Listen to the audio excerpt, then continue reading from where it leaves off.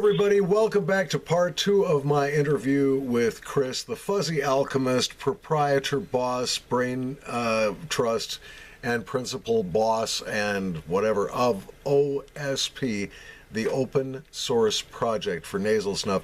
If you missed the last interview, I've been talking with Chris here as to what happened to him. We are pleased to hear that he has not been abducted by aliens, nor is he holed up in the Paraguayan embassy, nor is he accused of secreting fissionable materials into batch 3. Any of the rumors you've heard are largely bullshit.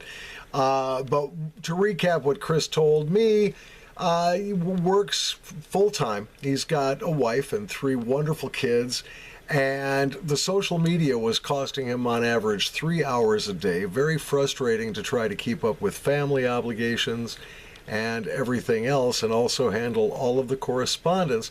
But secondly, his employer lost a fairly big contract. It is contract work at the factory where Chris works, and so he was very close to being laid off. Now, since O.S.P was never a for-profit business, it was just taking enough money to buy the tobacco and the ingredients for the next batch, sort of thing, just for the love of snuff.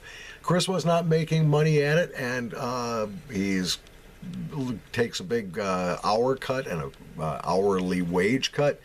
And that leads us up to today and how actually O.S.P kind of fell apart, Chris. So will you go ahead and just tell that? Yeah, and just reiterate, it was never meant to be anything more than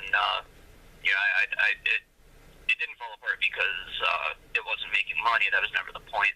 What happened was so I mentioned earlier that took a cut in pay and hours, and we built up a relatively decent emergency padding for times like this to get through, and that's kind of what we were skidding on up until like mid-March, and then we kind of burnt through the last of that. I went back to regular hours, and at that point, by the time I released Shaman's Boon and Easter Egg, we were pretty much strictly paycheck to paycheck at that point. Uh-huh.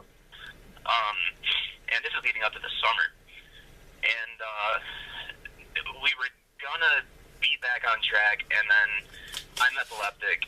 An unforeseen medical expense popped up, and that put us back in the red, and the money from that would have gone into the next batch had to get rolled into the house. Right. And covering the house, and that's kind of where it fell apart. Right. I haven't lost interest in it. You know, I love doing it. Glad to hear that, because you're very good at it. So thank you. I'm glad to hear that you're not losing interest in it. There have been some fabulous things that you have created that are truly amazing snuffs. Can't tell you how much I've enjoyed the delicious orangey Grand Marnier flavor of the Shaman's Boon. It's a real treat, and I look forward to it. And of course, I'm still loving the living daylights out of the gigantic tin of number 2 I got from you. It's just fantastic.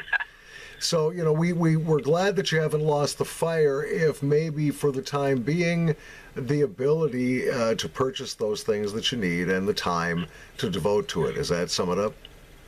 Yeah, I have been doing, in the meantime, and I haven't really advertised it, but I have been doing little bespoke batches on the side, starting at ½ kilo, because I still had outstanding orders.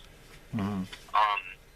And this is why I haven't been on social media, even though I've elapsed, the break I was going to take, is because I didn't want to show my face on public media again until all my previous orders have been filled. In my mind, I owe it bets right now. So I've been doing bespoke batches on the side for a handful of people to fund the fulfillment of those orders to get caught up. And if that happens and I can pull, enough bespokes to raise the money to launch O.S.P again, I'd love to do it. This time around, probably with some safeguards of, here's hours I'm available. Give me up to 3 days to ship instead of it'll go out the next day, things like that, to get a good balance between you getting what you should expect and my family getting what they should expect out of me as well.